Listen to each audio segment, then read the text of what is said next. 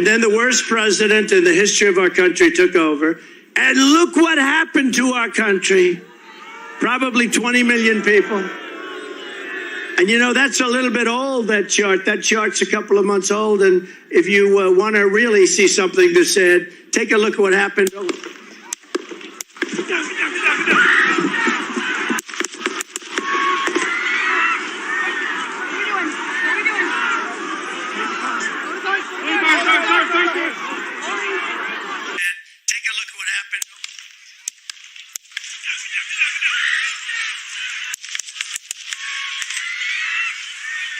And then the worst president in the history of our country took over. And look what happened to our country. Probably 20 million people. And you know, that's a little bit old, that chart. That chart's a couple of months old. And if you want to really see something that's said, take a look at what happened.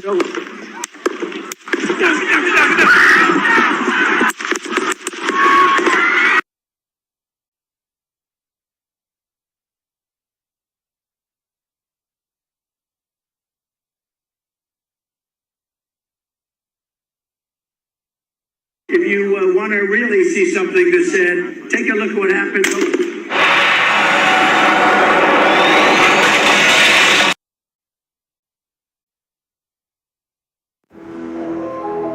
Let's on! 1, 2, 3, 4. You're missing in here.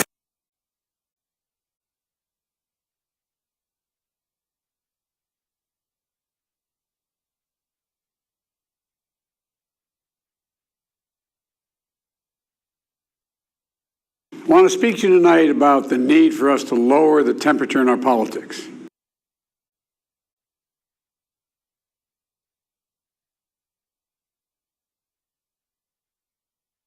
Just don't even know why there aren't uprisings all over the country, and maybe there will be.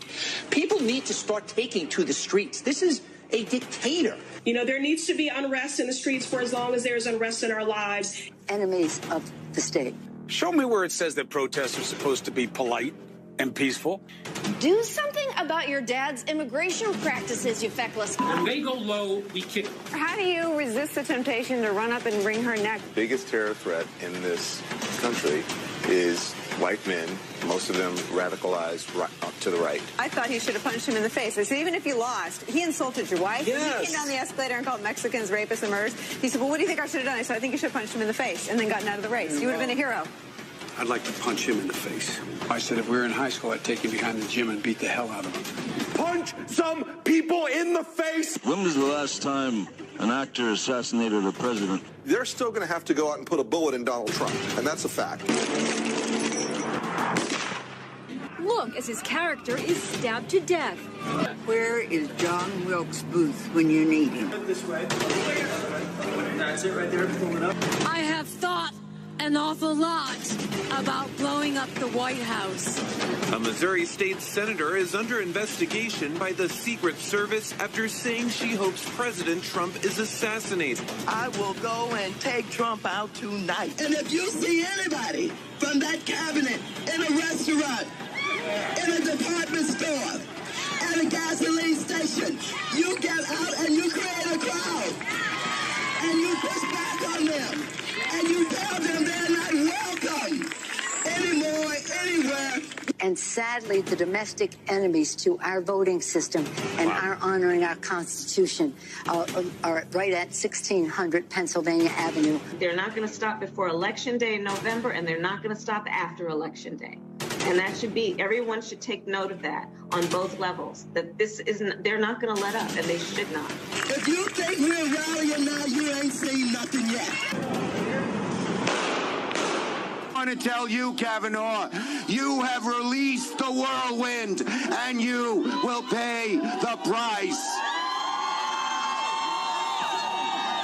You won't know what hit you if you go forward with these awful decisions. If the president does go ahead and fire Robert Mueller, we would have people take to the streets. I believe there would be widespread civil unrest because Americans understand that the rule of law is paramount. You think there would be civil unrest, widespread civil unrest? I do. I think you're going to have protests and marches and rallies and sit-ins. You cannot be civil with a political party that wants to destroy what you stand for, what you care about. Michelle says that, when they go low, we go high. No. When they go low, we kick them. Please don't just come here today and then go home. Go to the Hill today. Get up and please get up in the face of some Congress people. What's the danger if Donald Trump wakes up angry, watches Fox and Friends, and fires Bob Mueller?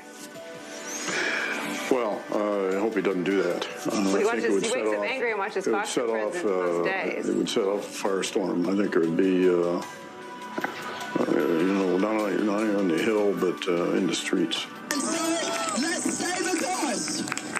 Let's make sure we show up wherever we have to show up. And if you see anybody from that cabinet in a restaurant, in a department store, at a gasoline station, you get out and you create a crowd. And you push back on them. And you tell them they're not welcome anymore, anywhere. That's why I believe if we are fortunate enough to win back the House and/or the Senate, that's when civility can start again. But until then, the only thing that the Republicans seem to recognize and respect is strength.